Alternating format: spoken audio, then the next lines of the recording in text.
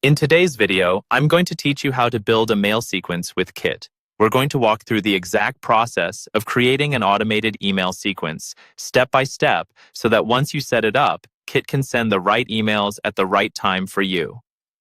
First, open Kit and head over to the Send section.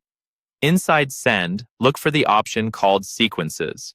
This is where all of your automated email series will live. Think of this area as your control center for nurturing subscribers, following up with leads, or onboarding new customers. Once you're on the Sequences page, create a new one by clicking the button labeled New Sequence. When you do that, you'll be asked to give your sequence a name. Choose something clear and descriptive so you'll recognize it later, like New Subscriber Welcome or Post-Purchase Follow-Up. This name is for your internal organization, so it doesn't have to be fancy, but it should instantly tell you what the sequence is for.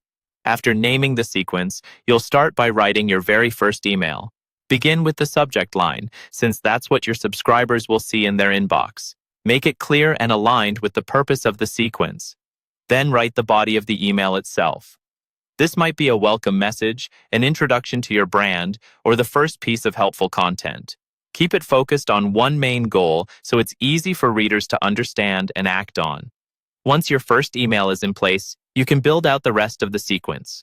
In the sidebar, click Add Email to create the next message in the series. This will be your follow-up email.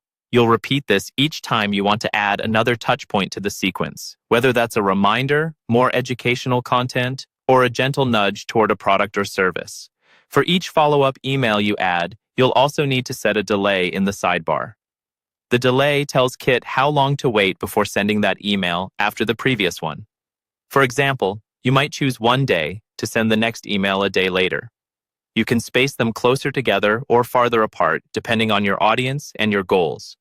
When you're happy with the content and timing of each message, switch each email from draft to published. This is what makes the emails eligible to be sent. Finally, make sure to click Save so all your changes are stored and your sequence is ready to go.